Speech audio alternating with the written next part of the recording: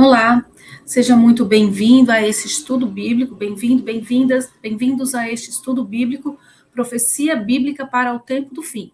É um estudo de Daniel e Apocalipse fundamentado na história e em todo o relato bíblico.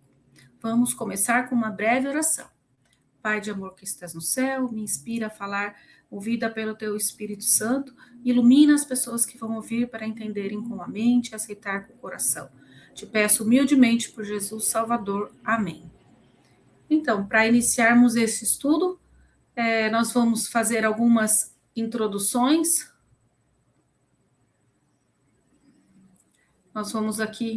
Para iniciarmos esse estudo, vamos fazer algumas introduções.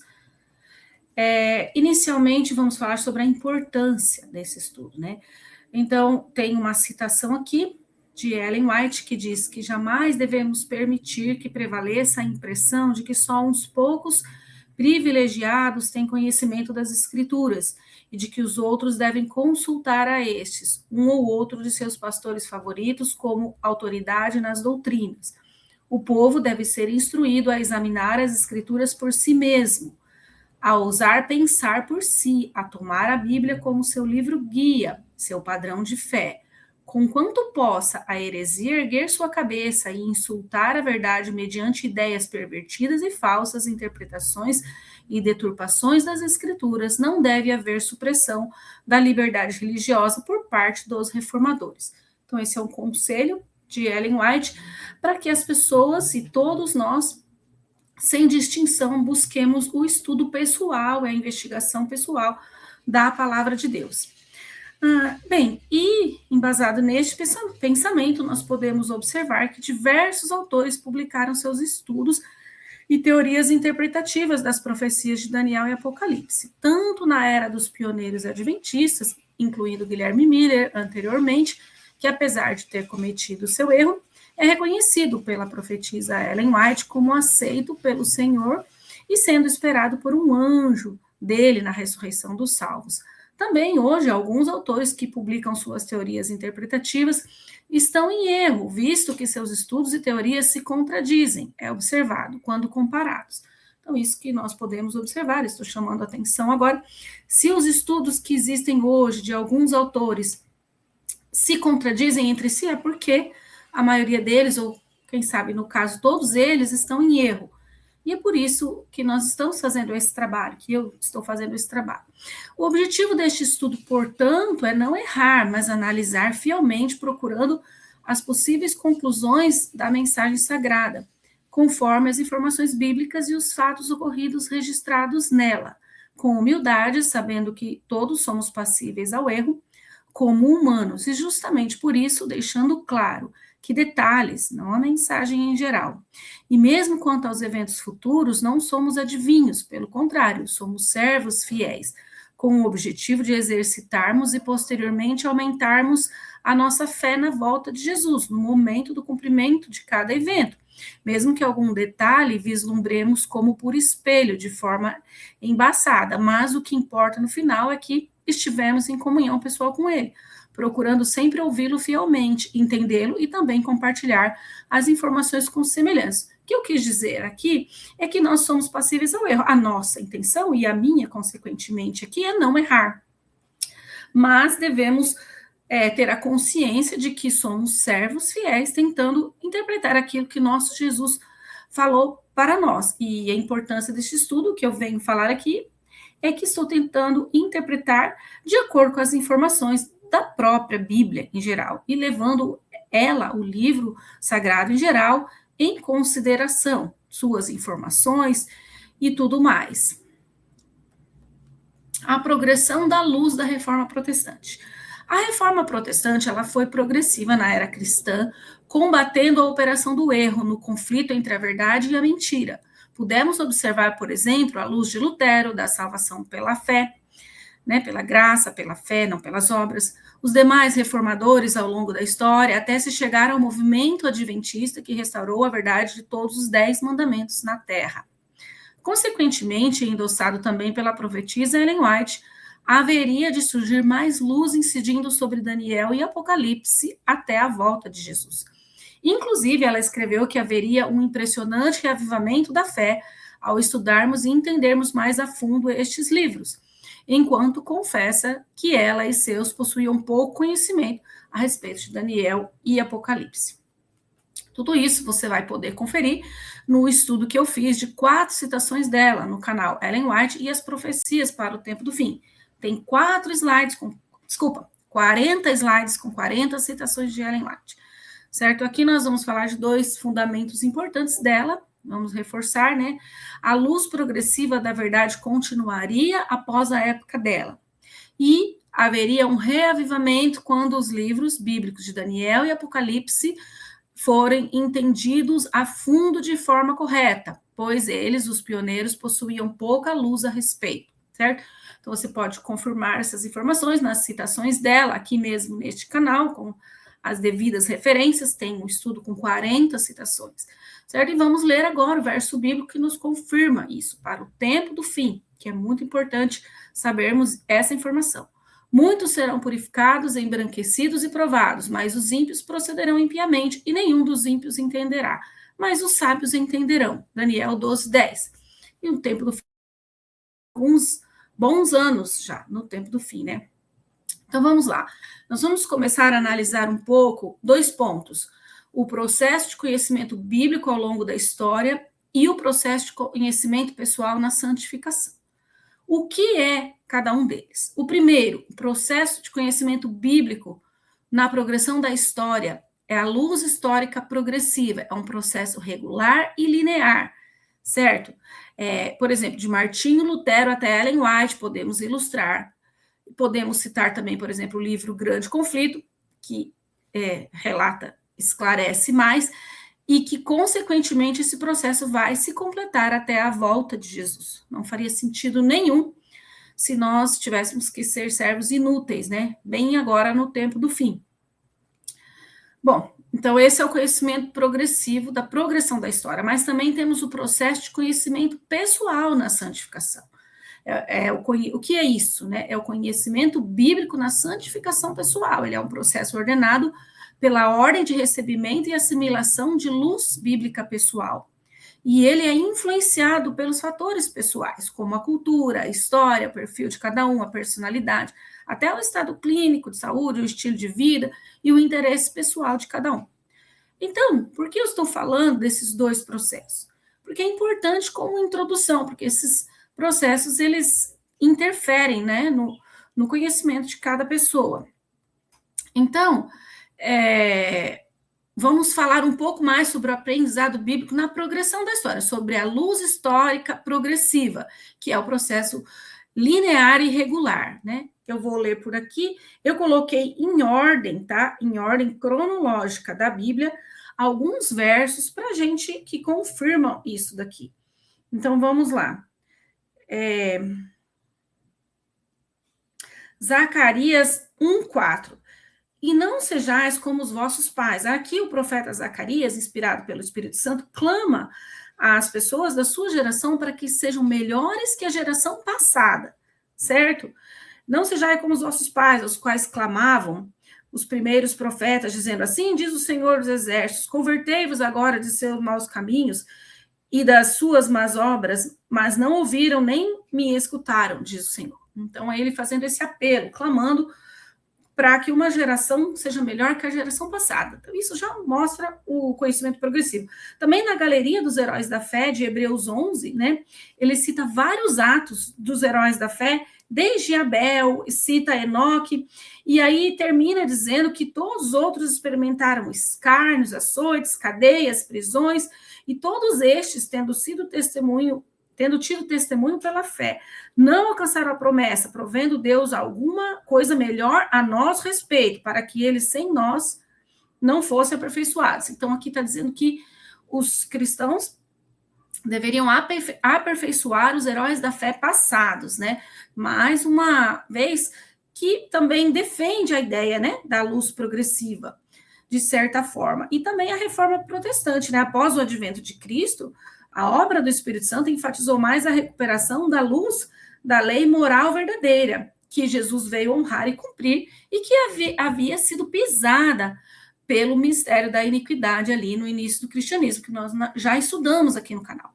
Então, tudo isso mostra a progressão, relembra para nós a progressão dos atos dos heróis da fé, né, de profetas no Antigo Testamento, de heróis da fé no Novo Testamento, mostrando que cada um teve o seu papel, que cada ato foi, assim, de forma diferente do outro, caracterizando, assim, uma luz progressiva, e principalmente na era cristã, onde a reforma protestante veio a recuperar toda a luz, passo a passo, que foi perdida pelo mistério da iniquidade.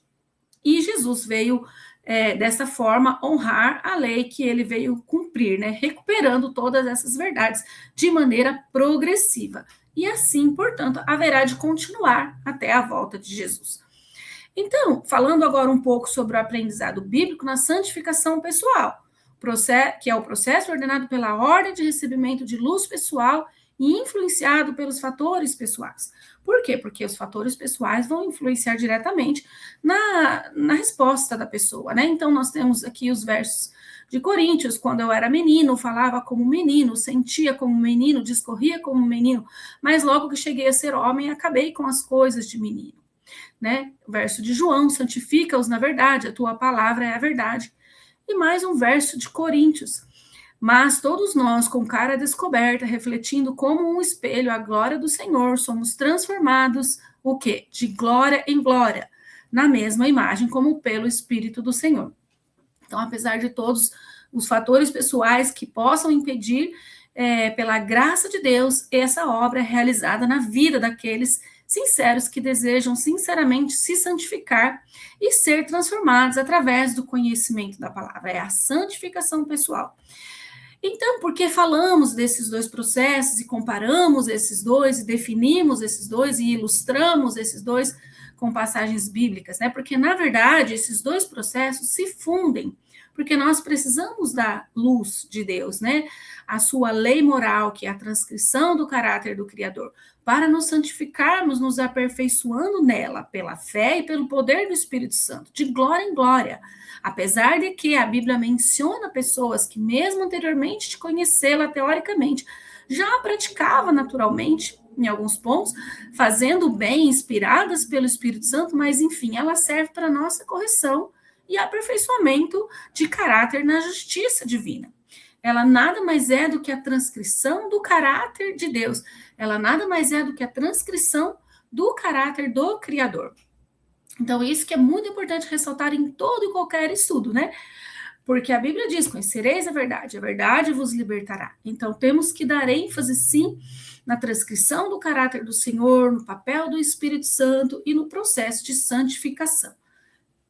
Então, vamos seguir em frente. Nada valeria o nosso conhecimento se ele não trouxer a transformação de caráter necessária a nós no processo de santificação. Então, vamos agora, com toda essa introdução, eu vou falar um pouco agora sobre o meu estudo pessoal que eu fiz e que estou trazendo hoje, nessa ocasião, para vocês, para todo e qualquer interessado, independente de religião, de conhecimento da palavra, tudo. Eu estou trazendo as minhas conclusões com muita alegria e responsabilidade para com o Senhor, o nosso Deus, o Criador do universo, responsabilidade pessoal de compartilhar o Evangelho, compartilhar esse conhecimento tão importante que trata da volta do nosso Senhor Jesus Cristo. Então, agora, eu vou ler aqui como Guilherme Miller e os seus criam que Jesus voltaria em 1844. Então, esse é um estudo pessoal que eu fiz, repetindo, e eu estou colocando aqui agora as minhas conclusões, certo? Como o Guilherme Miller e seus criam que ele voltaria em 1844, eles procuraram introduzir o cumprimento dos selos e trombetas de Apocalipse na história passada. Porém, hoje, estando já esclarecido que não se tratava da volta de Jesus, esse evento, mas sim da entrada dele no Santíssimo, é coerente que se passe a crer de forma como Daniel e Apocalipse indicam de fato a sequencial. Eu posso indicar os dois canais do YouTube que obtive auxílio para o estudo, será importante, porém, a investigação bíblica, o estudo deve ser feito de forma pessoal, pois este é o objetivo para o qual se destina o livro de Apocalipse, para o servo do Senhor individualmente. Podemos adiantar algum fato, como, por exemplo, o sétimo selo, o jogar do incensário por Jesus, claramente revelado como o fim da intercessão e da graça, onde o Apocalipse apresenta o anjo preparando-se para tocar as trombetas apenas após este evento, indicando assim seu caráter sequencial.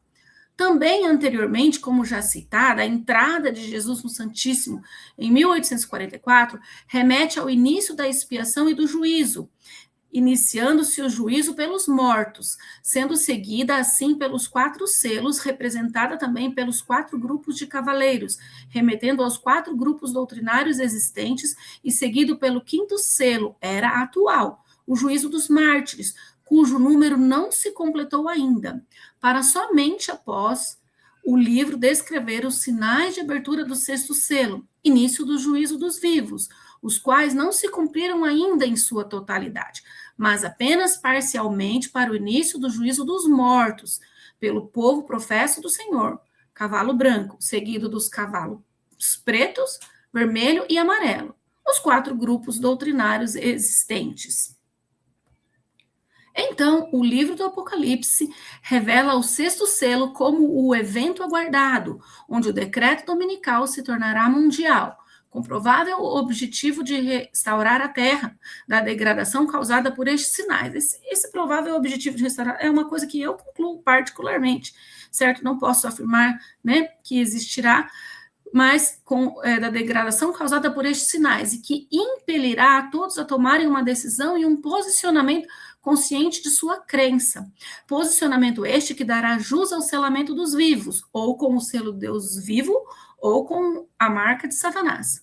O decreto dominical, se tornando mundial, leva à total recuperação da ferida do papado, que retoma sua supremacia. A Bíblia indicando, sugerindo, por eventos passados, ser de 3 anos e meio literais. Isso daqui é uma sugestão bíblica, certo? Mas ainda não aconteceu. Onde, sendo de ser de 3 anos e meio literais, onde em algum momento a graça será findada, antes da queda do papado, fim de sua supremacia, que precederá as 7 trombetas e posteriormente as 7 pragas, ambas atingindo apenas os ímpios e com a graça já findada. Essa linha de interpretação é sim coerente com os livros de Daniel e Apocalipse e com a palavra do Senhor em geral. As visões da sucessão de impérios têm como objetivo principal se chegar até a era do tempo do fim, a ferida mortal, 1798, que é o início do tempo do fim, e o início de sua recuperação, 1929, e remeter ao papado, que é representado pelo chifre pequeno, isso é importantíssimo. E a era do quê? Dos pés da estátua. São as duas visões da sucessão de impérios. Uma leva para o chifre pequeno e a outra leva para os pés da estátua. Ambos são representações do papado, certo? Na era atual, a qual estes 2 livros se referem, e são a nós que vivemos hoje, portanto, destinados. Isso daqui tem que estar muito claro na cabeça do estudante da Bíblia. A palavra de Deus não dá abertura para se introduzir outras nações e nem para se encaixar selos e trombetas na história passada. Portanto, estes 2 enganos, creio, devem ser abandonados para se ter condições de acompanhar.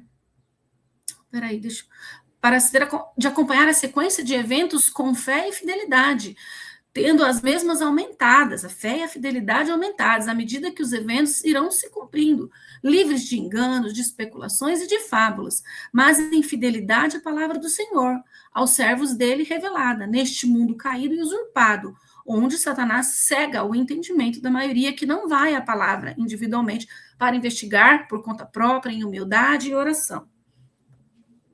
Portanto, a meu ver, cabe ao cristão sincero fazer os estudos bíblicos necessários, essas checagens, confirmações necessárias, para confirmar todas essas informações e seguir em fé, fidelidade à palavra, com a consciência tranquila com o Criador, mesmo que sofrendo os prováveis danos de se pensar diferente da maioria. Inclusive, maioria católica e protestante, que também interpreta dessa forma equivocada, a qual, ao meu ver, deve ser abandonada pelos sinceros estudantes da palavra de Deus. A forma equivocada, certo? Infelizmente, hoje eu tenho visto apenas pequenas luzes coerentes com o relato bíblico, referentes ao estudo das profecias, como essa que transmito agora, em meio a muitas especulações abundantemente consumidas e compartilhadas pelo professo povo do Senhor. Mas creio que o Senhor tem o controle de tudo e sua luz iluminará a terra ainda mais, por luzes que surgirão e ainda mais por ocasião dos sinais, através dos quais também os novos conversos, a grande multidão, após esses mesmos sinais, né, de abertura do sexto selo, terão pouco tempo para desaprenderem muita coisa e preencherem com a verdade bíblica, se decidirem e se posicionarem para a sua salvação eterna, conforme as citações de Ellen White, né, nos fala também, conforme ela nos fala, Ellen White nos fala, nos esclarece. Eu rogo também ao Senhor, por mim e pelo seu povo professo, comprado com seu sangue, sua propriedade, que nos arrependamos de toda a nossa negligência nesse ponto, como adventistas, nos convertamos novamente, nos santificamos, nesse ponto, nos santifiquemos, na verdade, para sermos salvos. Esse é o meu apelo neste estudo. Concluo reforçando meu respeito a todos que pensam e interpretam a Bíblia de modo diferente de mim.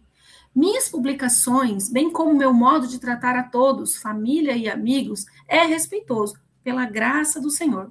Também compreendo, como revelado no estudo, que o Senhor, através do Espírito Santo, ministra particularmente a cada mente e coração, sempre chamando ao arrependimento e conversão a Ele, ao seu grande amor pela raça que criou e veio resgatar. Isso é muito importante. Então, que a bênção do Senhor esteja com todos. Aqui estão as referências das pesquisas e a minha autoria. Então, que Deus abençoe a todos, que o Senhor esteja inspirando nos estudos e no processo de santificação também, que todos nós possamos chegar ao céu, possamos chegar à salvação, à vitória e à vida eterna. Esse é o meu desejo e a minha oração. Fiquem com Deus.